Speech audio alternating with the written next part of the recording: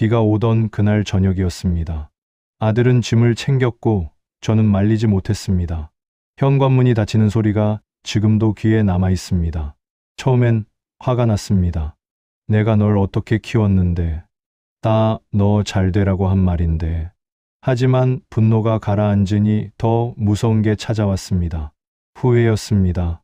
아들이 힘들다고 했을 때 저는 늘 이렇게 말했습니다. 너 잘 되라고 하는 소리야. 그게 사랑이라고 믿었습니다. 그런데 어느 날 밤 혼자 누워서 생각했습니다. 나는 정말 아들을 사랑했던 걸까? 아니면 내 기대를 사랑했던 걸까?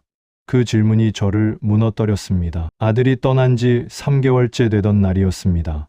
혼자 저녁을 먹는데 갑자기 숨이 막히는 것처럼 눈물이 터졌습니다. 그날 밤 저는 처음으로 교회에 갔습니다. 누가 부른 것도 아니었습니다. 그냥 어딘가 가야 할 것 같았습니다. 사람들이 찬송가를 부르는데 저는 계속 울기만 했습니다. 무슨 가사인지도 몰랐습니다. 그냥 울었습니다.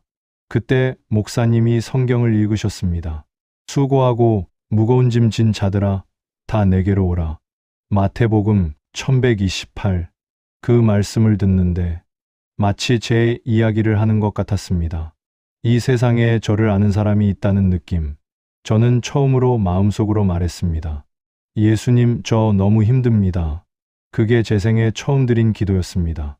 그날 이후 저는 매일 교회에 갔습니다. 새벽 예배도 나갔습니다. 아들을 돌려보내달라고 매일 기도했습니다.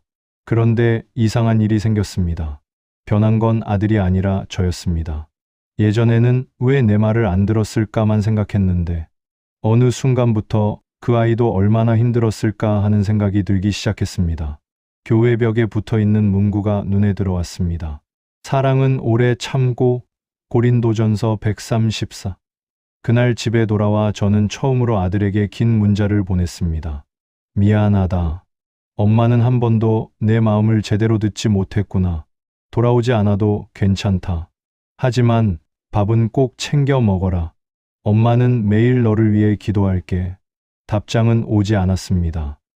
하루, 일주일, 한 달. 그래도 저는 매일 교회에 갔습니다. 이상하게도 예전처럼 미치게 괴롭지는 않았습니다. 기도를 하다 보면 조금씩 마음이 따뜻해졌습니다. 그러던 어느 겨울 저녁이었습니다. 예배를 마치고 나오는데 교회 앞에 한 남자가 서 있었습니다. 고개를 숙인 채 가만히 울고 있었습니다. 제 아들이었습니다. 순간 다리가 풀렸습니다. 한 발짝, 두 발짝 걸어갔습니다. 아들은 한참 동안 말을 못하다가 작게 말했습니다. 엄마, 나도 너무 보고 싶었어.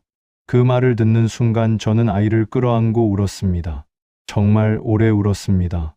집으로 돌아오는 길, 아들이 조용히 말했습니다. 엄마, 문자 매일 읽었어. 근데 화가 나서 답장을 못했어. 잠시 후 아들이 다시 말했습니다. 근데 마지막 문장이 자꾸 생각났어. 엄마는 매일 너를 위해 기도할게. 그날 저는 알았습니다. 사람의 마음을 바꾸는 건 잔소리가 아니라 사랑이라는 걸. 그리고 무너진 사람을 다시 일으키는 건 예수님의 위로라는 거요. 혹시 지금 이 영상을 보시는 분 중에 포기하고 싶은 관계가 있으신가요?